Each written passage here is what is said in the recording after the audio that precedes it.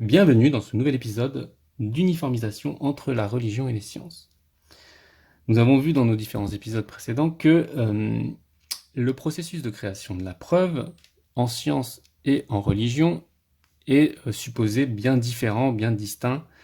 Le premier, celui de la science, étant basé sur un processus collectif de création de preuves, alors que celui religieux est plutôt basé sur un processus individuel, peut-être à plusieurs, mais en tout cas l'individu se suffit de lui-même pour constituer une preuve. Et la distinction se fait essentiellement là-dessus.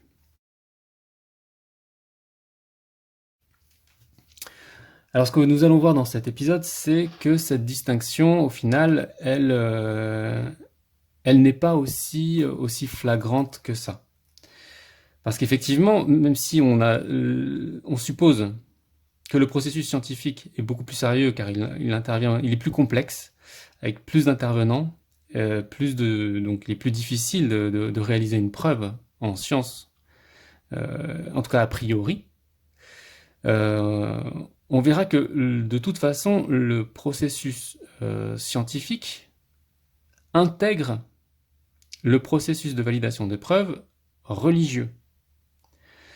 Ils ne sont pas séparés, c'est juste qu'en fait, il y a un complément qui a été rajouté et qui n'est pas lié à la fabrication de la preuve en elle-même. Mais vous allez voir, on va en discuter sur cet épisode.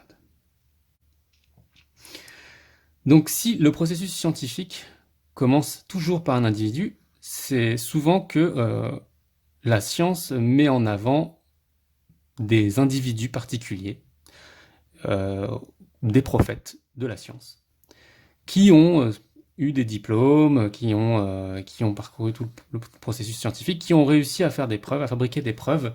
Et c'est ces gens-là qu'on nous montre comme étant des exemples de ceux qui produisent la science.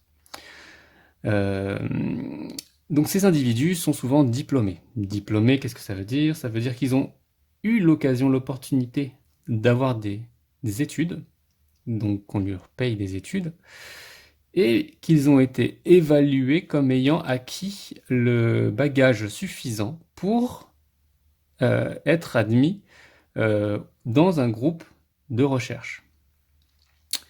Or, tous ceux qui sont diplômés ne rentrent pas dans des groupes de recherche. Il faut être pris en charge par un groupe de recherche et on va se retrouver avec plein de diplômés qui, eux, pourraient faire des expériences, mais ne le feront pas parce qu'ils ne seront pas légitimes par l'accès à un groupe de recherche. Second frein, on va se retrouver avec le financement. Et évidemment, un groupe de recherche se finance. Et le financement n'est pas automatique. Le financement se fait via des financeurs, et ces financiers, potentiellement, peuvent accepter ou non des recherches, peuvent accepter ou non des groupes de recherche, et peuvent accepter ou non des expériences particulières. Donc là, on voit que la science introduit un personnage qui est le financier, qui lui peut avoir été diplômé, n'est pas dans un groupe de recherche, puisqu'il fait un autre métier, et va dire ce qu'il veut et comment les chercheurs vont avoir à travailler. C'est quand même assez particulier, quand on veut chercher des preuves, d'être bloqué par un problème de financement. Ensuite, nous avons l'expérience.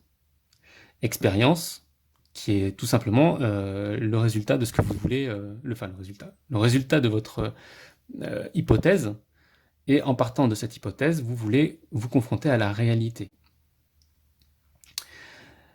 Ensuite, une fois que l'hypothèse est validée, c'est-à-dire que votre expérience a réussi ou pas en fonction de ce que vous vouliez comme résultat, vous êtes très content, ça ne figure pas comme étant une preuve scientifique. Pas encore. Pourtant, l'expérience fonctionne tout à fait.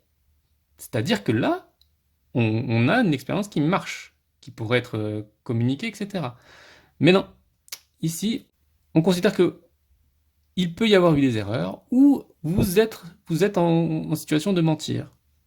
Bon, très bien. Du coup, un autre bout de processus arrive. l'obligation d'être connu. Et oui, parce qu'en fait, comme l'expérience, si elle n'est pas connue, si personne ne sait ce que vous avez fait, et le résultat que vous avez eu, bah vous avez rien. En fait, personne ne sait que ça existe, et donc la science continue d'ignorer ce phénomène, et vous êtes tenu à ignorer vous-même ce phénomène quand vous faites d'autres études. Vous comprenez ce que je veux dire ou pas? C'est-à-dire que si, lors de l'expérience précédente, vous êtes en train de faire une nouvelle expérience, vous voulez vous baser sur des résultats que vous aviez eus à l'expérience précédente, vous n'en avez pas le droit puisque l'expérience qui a marché précédemment n'est toujours pas une preuve. Bon, a priori, comme vous savez que ça fonctionne, vous allez refaire une expérience en embarquant l'expérience précédente de façon à ce que ça puisse être validé. Par contre, vous allez voir, il y a des subtilités. Il faut pouvoir rentrer dans un livre, dans une revue scientifique, qui sont catégorisées. Vous rentrez soit en médecine, soit en biologie, soit en astronomie, soit en cosmologie, soit en physique des particules. Peu importe, vous devez rentrer dans une catégorie. Si vous avez une étude transversale qui implique d'avoir des connaissances en physique, en chimie, en sciences sociales, en psychologie, en cosmologie, vous ne rentrez dans aucune catégorie. Vous ne rentrerez pas, vous ne serez pas publié, donc non connu, puisque si vous créez votre propre revue, personne ne l'achète, puisque personne ne la connaît. Enfin, vous avez un problème pour atterrir en tant que preuve. Voilà donc le premier problème à catégoriser. Bon, mettons que votre expérience, vous avez réussi à la catégoriser. Nous rentrons donc dans une nouvelle étape, qui est l'étape du référent. Le magazine que vous avez sélectionné va prendre votre expérience, l'étude que vous avez produite, va la confier à quelqu'un, un spécialiste dans le domaine. Vous avez intérêt à ne pas être dans un domaine où il n'y a personne. Puisque s'il n'y a pas de référent technique, le magazine ne pourra pas valider votre étude. Et vous ne pourrez probablement pas être publié. Si vous êtes dans un domaine très petit, par contre, peut-être que vous avez de la chance puisque la personne qui va devoir corriger votre étude sera un collègue, quelqu'un à qui vous entendez bien puisque vous êtes sur les mêmes recherches. Et malheureusement, si vous tombez sur quelqu'un qui fait les mêmes recherches mais qui ne veut pas que vous soyez le premier à avoir l'idée, vous avez de nouveau un problème. Cette étape est intéressante pour vérifier s'il y a une erreur, est intéressante pour vérifier s'il y a un mensonge, puisque vous ne pouvez pas confier ça à quelqu'un qui ne comprend rien à votre étude. Mais elle pose une question particulière sur plus vous êtes spécialisé, plus cet élément-là risque d'être subjectif. Et on peut compter sur l'objectivité des gens, mais on peut aussi en douter. Voilà.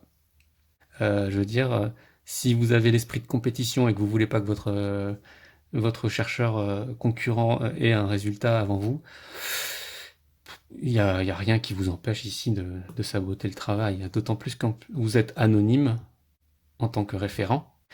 Quand on est dans un petit milieu, on sait globalement quand même qui travaille sur quoi.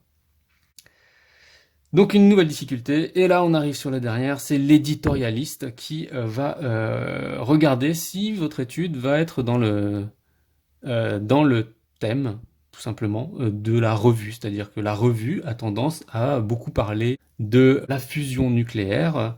Si jamais votre étude montre que la fusion nucléaire n'existe pas, donc l'éditorialiste aura le droit de dire « Non, mais cette étude-là, je ne la publierai pas ». Il vous renverra sur d'autres revues. Peut-être moins connu, mais en tout cas, vous avez le droit d'essayer ailleurs, mais n'a aucune obligation de faire la publication. Donc si vous êtes publié, waouh, vous avez réussi à trouver un consensus, etc. Enfin, vous avez parcouru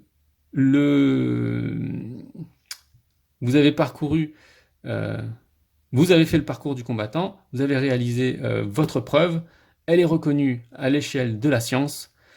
Parfait, mais il y en a combien qui sont tombés avant?